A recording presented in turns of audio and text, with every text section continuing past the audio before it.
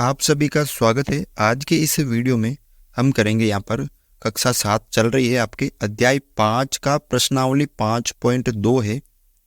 उसका question number 3 है यहाँ पे कि संलग्न आकृति में P और Q क्या है, समांतर है। P और Q इसके बीच में जो चिन्ह है ना वो समांतर है, मतलब P और ये Q जो है वो समांतर रेखा है। अज्ञात कोण ज्ञात कीजिए। कर सकते हो, बिल्कुल इजी है। समझ में आ गया कि P और Q क्या दे रखा, आपको समांतर दे रखा है।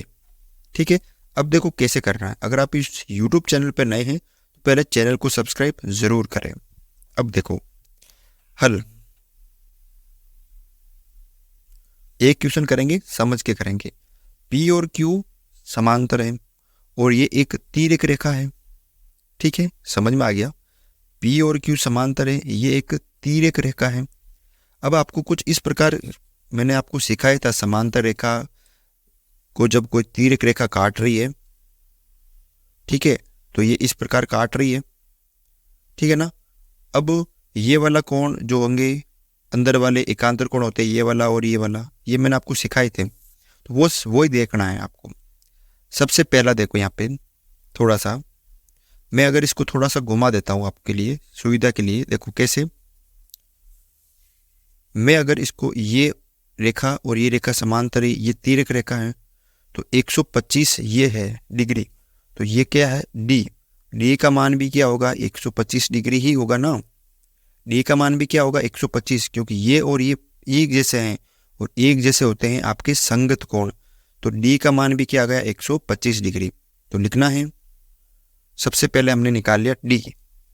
डी बराबर है 125। क्यों, कारण लिख लोगे यहाँ पे संगत कोण। क्या कोण है ये, संगत कोण। ठीक है, अब देखो ये और ये बराबर है। अब ये वाला डी और बी भी बराबर होंगे। ये शीर्षाभिमुख कोण है, तो आप लिख सकते हो कि बी जो है वो बराबर है कोण बी और कोण डी, ये बराबर है क्योंकि ये दोनों शीर्षा अभिमुख कोण है। कौन से कोण है, शीर्षा अभिमुख कोण है, तो ये दोनों भी बराबर हैं। तो कोण बी जितना है उतना ही डी है और डी जितना है उतना ही बी है, तो डी है 125, तो बी भी कितना हो जाएगा 125 डिग्री। ठीक है, ये हमने बी निकाल लिया और ये डी निकाल लिया। अब देखो थोड़ा सा ध्यान से,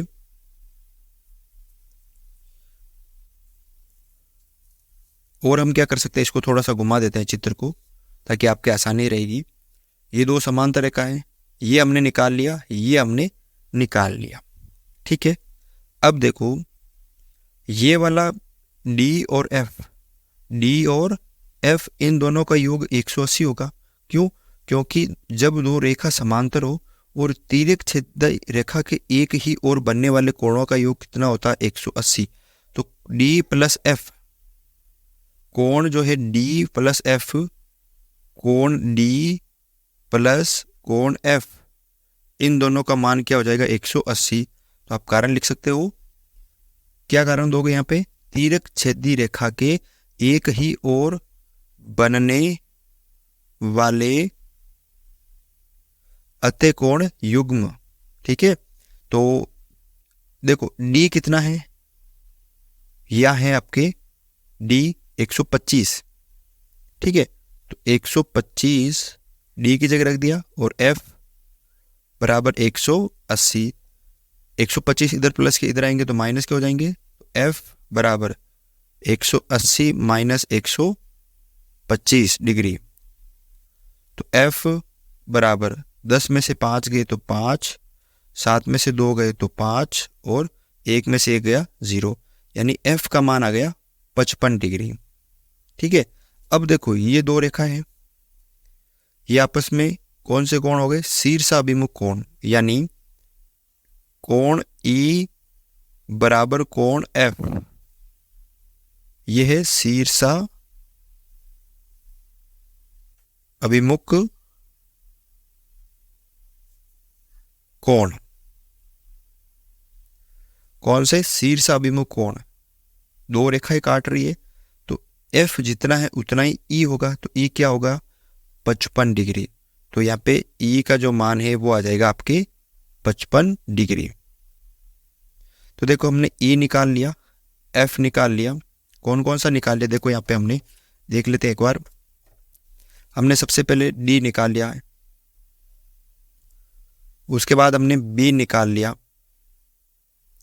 फिर हमने एफ निकाल लिया, फिर हमने ई निकाल लिया। कुल कितने हैं यहाँ पर 1 2 3 4 5 6 है, जिसमें से हमने 1 2 3 4 निकाल लिए। अब देखो आगे यहाँ पे कर रहा हूं मैं, ई हो गया एफ हो गया यहाँ से। अब देखो ई और ए दोनों एक जैसे कोण है ना, ई और ए, तो कोण ई बराबर कोण ए, तो ये हो गया आपके संगत कोण। कैसे कोण, संगत कोण। तो जितना ई होगा उतना ही ए होगा, तो ए का मान हो जाएगा यहाँ पे 55 डिग्री। कितना हो जाएगा 55 डिग्री। तो हमने ए भी निकाल लिया। अब क्या बचा आपके यहाँ पे सी बचा। अब देखो ये दोनों रेखा हैं काट रही है, तो ये वाला और ये वाला शीर्ष अभिमुख कोण होगा ना, ये वाला और ये वाला। तो ए बराबर कोण ए और कोण सी, ये दोनों होंगे आपके शीर्ष अभिमुख कोण। शीर्ष अभिमुख कोण। तो इसका मतलब ए का मान 55 है, तो सी का मान भी क्या होगा 55 ही होगा। तो यहाँ पे लिख सकते हो सी बराबर 55 डिग्री। तो इस तरह से आपने ये जो अज्ञात कोण थे वो निकाल लिए। अगर आपको वीडियो अच्छा लगा, वीडियो को लाइक, चैनल पर नए हो तो चैनल को सब्सक्राइब जरूर करें।